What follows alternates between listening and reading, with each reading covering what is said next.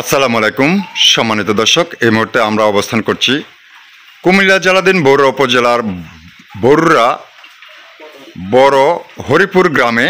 আমরা যেখানে শাহানা বেগমের একটি যে অভিযোগ, সেই অভিযোগের প্রেক্ষিতে আমরা শাহানার স্বামীর সাথে কথা বলবো এবং শাহানার যে অভিযোগ ছিল সেই অভিযোগের ভিত্তিতে আমরা ওনার পাড়া প্রতিবেশীর অর্থাৎ শাহানার স্বামীর পাড়া প্রতিবেশীর সাথে কথা বলবো। আসসালামু আলাইকুম। হ্যাঁ, আচ্ছা, বিষয়টা কি হয়েছে একটু বলুন তো। বিষয়টা তারা টাকা স্যালারি দিচ্ছে, টাকা পয়সা সে ওনার কাছে দিচ্ছে। টাকা পয়সা নেওয়ার পরে আবার এমন আইয়া সে বিভিন্ন ব্যাংকের থেকে সে টাকা আইনা টাকা কি করছে সে হিসাব কিতাব দিতে পারে না, আইনা তারা লোকের জন্মঘাটি হয়। তারপরে ওনার বোন ভাই বোনের জামাই দুইজন তারা আসছে, আসার পরে যে তার কথা শুনলো, আমরা কথা শুনলো, ওনার কথা শুনলো। শোনার পরে বলছে যে রিরাদ এতটা লক্ষ টাকা তুমি কেন তুললা, তোমার স্বামীর না দিয়া তুমি এটা ভুল করছো, কারণ তোমার আগামী শনিবার পর্যন্ত তোমার কাছে সময় দিলাম, তুমি এটা কারা সহ বলছে আগামী শনিবার? এটা হলো ওনার বোনের জামাই ভাই, জি, তারা বলছে যে আমরা তুমি এটা কোনো এটা এত টাকা পয়সা তুমি লেনদেন করছো, তুমি যদি মনে করো যত কিছু বলো এটা কেউ বুঝার বাকি নাই, তুমি আর আমরা 7 দিন সময় দিয়ে গেলাম, এই 7 দিনের ভিতরে আমরা আসবো, আসার পর তুমি টাকাটা কোন জায়গায় কি করছো না করছো তুমি আপনার কাছে বলতে হবে। উনি এই কথা বললে ওনারা গেছি যাওয়ানোর পরক্ষণে উনি বোরকা লইয়ে চলে গেছে, ডাক ফেলতে ফিরিয়ে আনছে। পরে সকালবেলায় এই প্রেস ব্যাংকের কিস্তি 30,000 টাকা বঞ্জিয়ে নিছে, ওনার বাড়িতে না টাকা দিবি কইয়া মাইয়াতে বইলে আসছে চলে গেছে। জি, আপনার পরিচয়টা একটু দেন। আমার পরিচয় ওনার ভাই এই মামুনুর রশিদ, জি, ওনার শাহনাজর দেবর। জি জি, কি হয়েছে সে বিষয়ে আমরা জানবো। আর গত পরশুকা যে মারামারি হয়েছে সেই মারামারির বিষয়ে আমরা জানতে চাইবো। আসসালামু আলাইকুম। জি, কি হয়েছিল একটু আমাদেরকে একটু। উনি আমার স্ত্রী, ঠিক আছে, আমার আগের ওয়াইফ মারার পরে ওনারে আনছি আমি আজকে 12 বছর রানিং চলতে। জি, আনার পরে এই আমার মেয়ের বয়স হলো, ছোট মেয়ের বয়স হলো 6 মাস, আর ছোট ছেলেটা 5-এ আর বড় ছেলেটা 7-এ।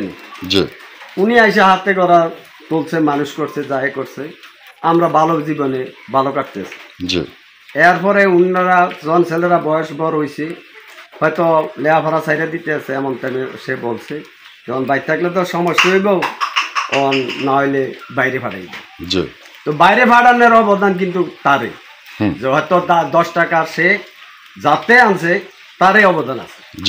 তো অনেক বড় ছেলে গেছে, যাওয়ার পরে থেকে আমার কাছে প্রথম গোপন নম্বরে 10-20 হাজার টাকা করে দিতে। এই টাকাটা দেওয়ার সত্ত্বেও আমি তার সাথে হাতে দিলাম। আমি কিন্তু টাকা ধরে, কারণ কি আমি জানি যে এখন যদি সে ফাটাইছে ঠিক আছে, টাকার বেলা যদি আমি হইতো তার মনে কষ্ট হয়। আমরা যেটা জানতে চাচ্ছি যে আপনার ছেলেদেরকে পাঠানোর সময় যে ঋণ করে কত টাকা ঋণ করেছেন সেটা একটু জানতে চাই। এই টাকাটা ঋণ হয়েছে মনে করেন প্রায় 7-8 লাখ টাকার মতো। 8 লাখ টাকা লাভ সহ 12 লক্ষ টাকা। আচ্ছা, তো 12 লক্ষ টাকা দেওয়ার পরও আরো 12 লক্ষ টাকা ঋণ, তো সে বিষয়টা আমরা জানতে চাচ্ছি। এরপরে আমার ভাইয়েরা বসছে, বইরা ছেলেরা ভাই তার সাথে হিসাব চাইছে রে, তো কইছে যে হিসাব আর কি দরকার, তোরা তো এইভাবে ফাটাইছে, এইভাবে ফাটানোর পরের থেকে তো এইভাবে টাকাটা রইয়া গেছে। তোরার থেকে আমি যদি 8 লাখ টাকা 8.5 লাখ তোরা পিছনে খরচ করে থাকি, এখন তোরা যদি 12 লাখ টাকা এটা তো আরো ঘাটতি আছে। তো এখন আমার থেকে বলছে, আমার ভাইয়েরা বলছে এখন তোমরা কত টাকা ঋণ আছে, তখন উনি বলছে যে 12 লাখ টাকা ঋণ।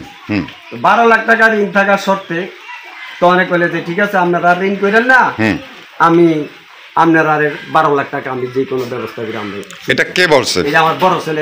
আপনার ছেলেরা দুজনে মিলে এই কথাটা বলেছে যে আপনারা টেনশন করবেন না, আমরা 12 লক্ষ টাকা দিয়ে দিব।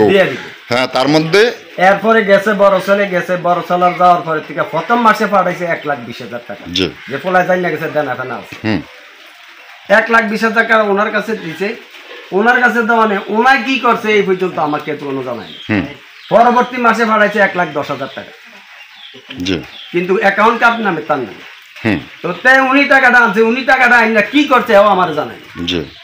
পরে আমি শুনতে পড়তে এরপরে এই টাকাটা ফাটানোর পরের থেকে আমারে বিভিন্ন খাত থেকে মনে করেন আমারে দিয়ে আবার ঋণ করেছি অনেক টাকা, যে এখানে সই করেন কি জন্য অমুকের টাকা দেয়, অমুকের টাকা দিয়ে তোর টাকা না আনছে।